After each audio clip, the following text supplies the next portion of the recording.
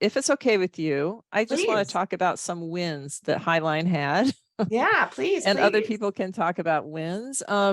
So we already talked about the going from 64% up to 70% pay parity after 3 years, and tying in our pay. That was another win, which is not hard for people to do, which Analea was saying very important. Tie in the pay of adjuncts to the full-time pay. So then if there's any like increase in salary, we also get an increase in salary.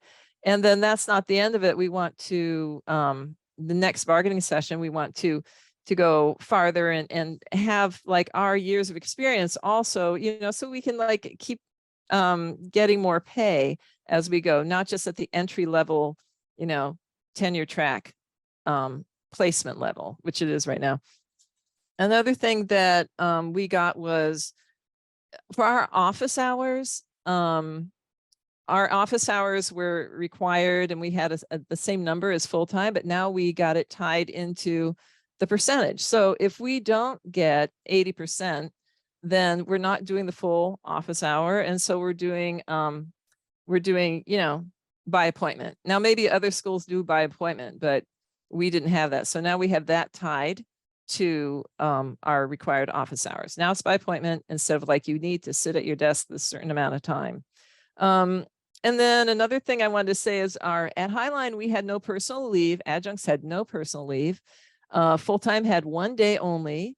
And so we just made it for everybody across the board, 3 days, adjuncts and full-time, 3 days personal leave for the year.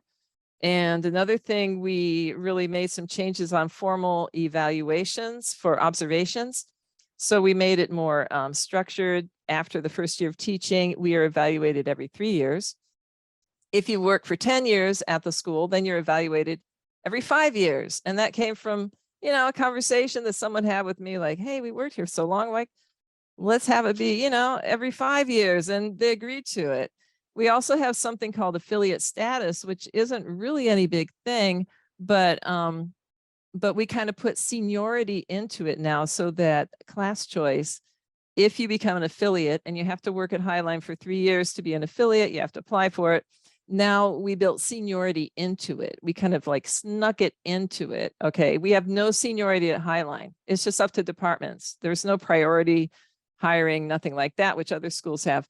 And so we also made it a one-time application. Before it was like, any department could have it be done anyway. Our department, it was every year you had to go through this big stressful process. And believe me, you didn't get much from it, in the end, except one personal day. That was back when we didn't have personal day.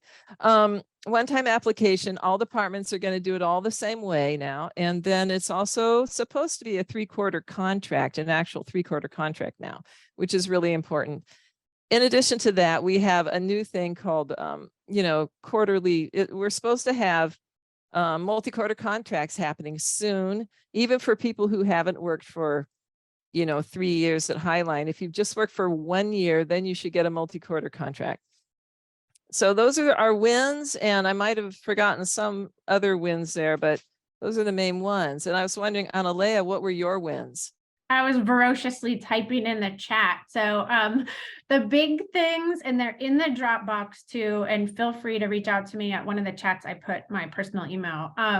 That the big thing is that 80% pay parity, the fact that many of us don't have in contracts any like obligation of admin to pay you for anything outside of teaching. So those 35 hours, you can pretty much use them however you want. So if professional development for you is going to instructional council meetings, you can use it for that. If it's going to professional development days at the beginning of the year, you can use them for that.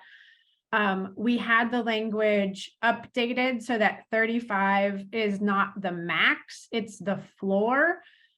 The way that they decide if they're going to pay any more than that is super weird and dependent on how hard you push. So be careful with how you get that language right in there. And then the other thing that I wrote down and now just forgot what it was. is the language I put in the chat around using the terms equity and transparency in class assignments, and that there are 6 items of what equity looks like for making those class assignments. Now, I will say that we're currently under a grievance because they are not actually being equitable or transparent in course assignments. So just because you put it in the contract doesn't mean it will happen. But those are the fact that we can even argue it versus, well, admin gets to do what admin gets to do for you or to you.